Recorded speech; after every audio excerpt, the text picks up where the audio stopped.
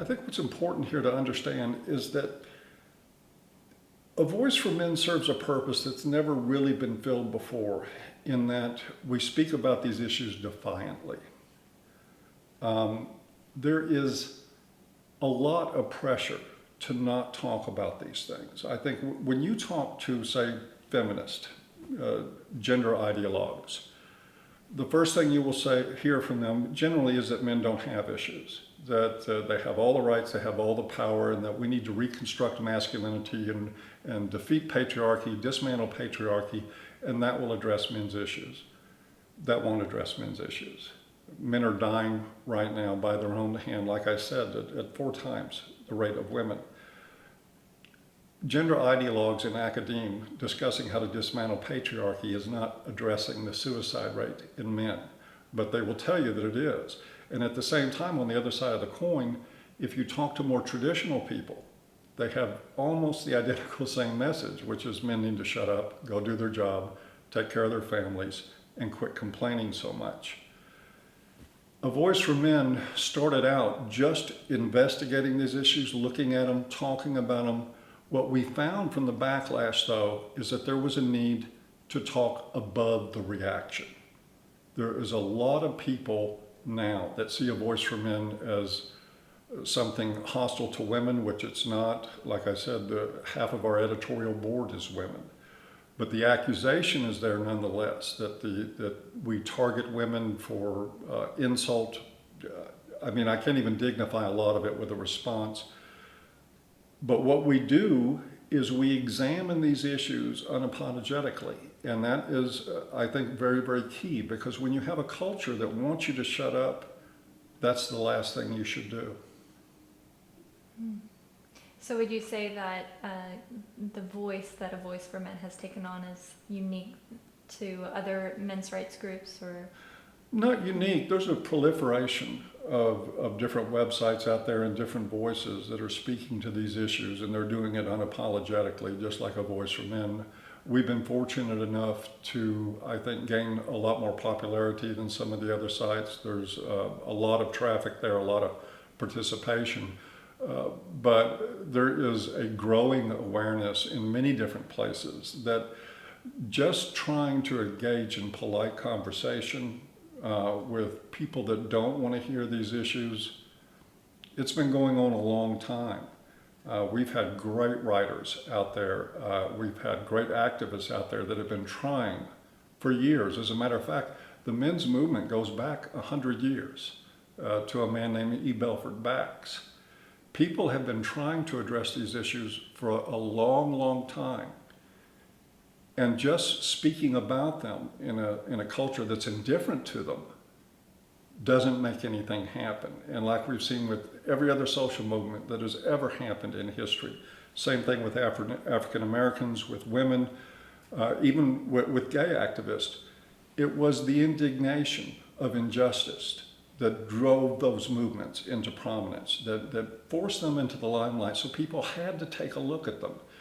Just saying, oh, excuse me, would you mind looking at the male suicide rate or why men are falling out of college has not resulted in anybody looking at the male suicide rate or why men are falling out of college.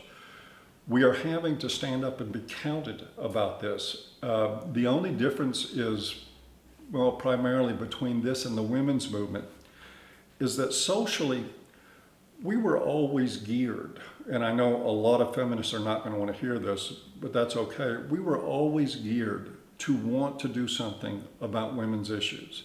It's always been in men's mandate to help women. If we hear a woman scream at night, men will run to go help. It's always been that way throughout all of human history. Men take care of women, women take care of children. That's the way it's always been.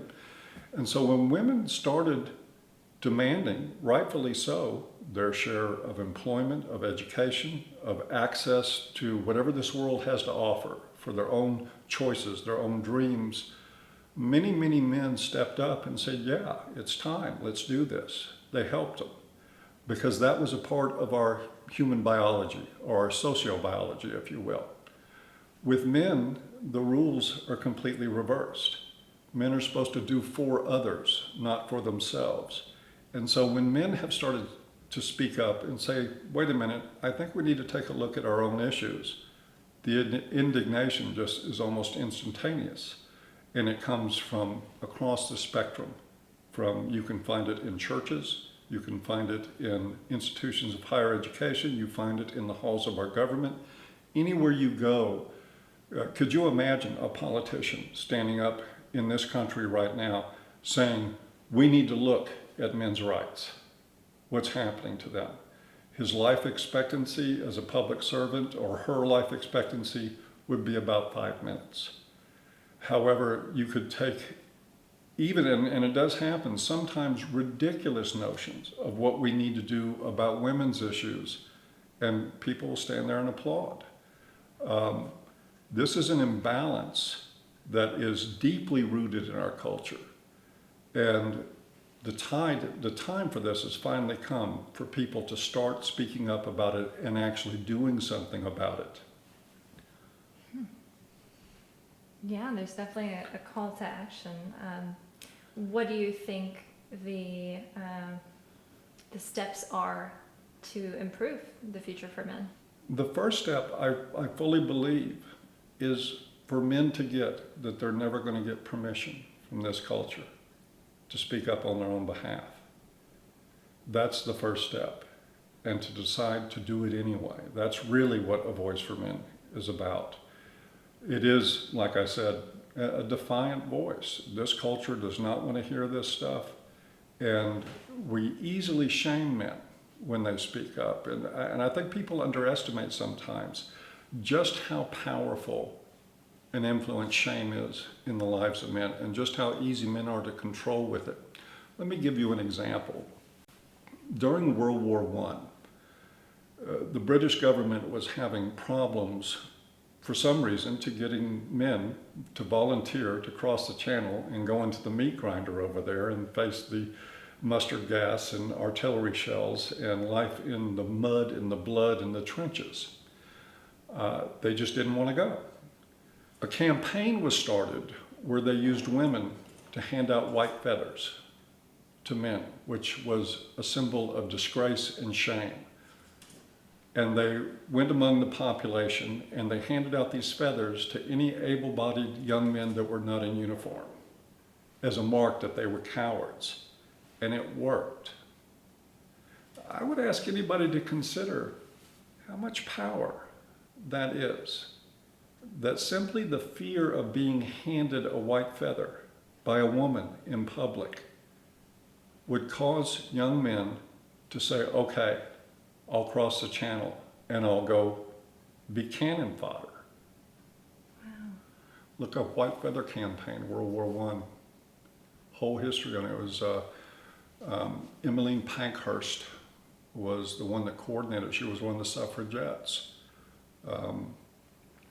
She and I forget the other two people. It was a man and a woman, some retired general or admiral, I believe, and a socialite decided that not enough young British men were investing in the royalties' wishes to go fight in World War I. So they came up with what they felt like would be the greatest influence, and they were absolutely right.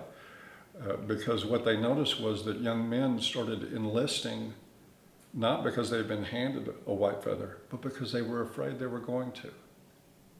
It was such a disgraceful mark to be called a coward as a man that literally tens of thousands of them died for it. That is, to me, an element, and it's one of the things that we do a lot, is we study the dynamics of what actual power is.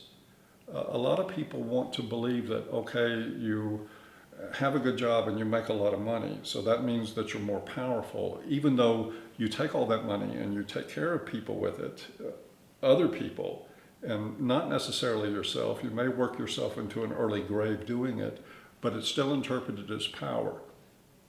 And we look at women as though they're powerless in this society, and we don't think about the enormous power that women have always had with men. And it is absolutely staggering the amount of power that women have with men in this culture.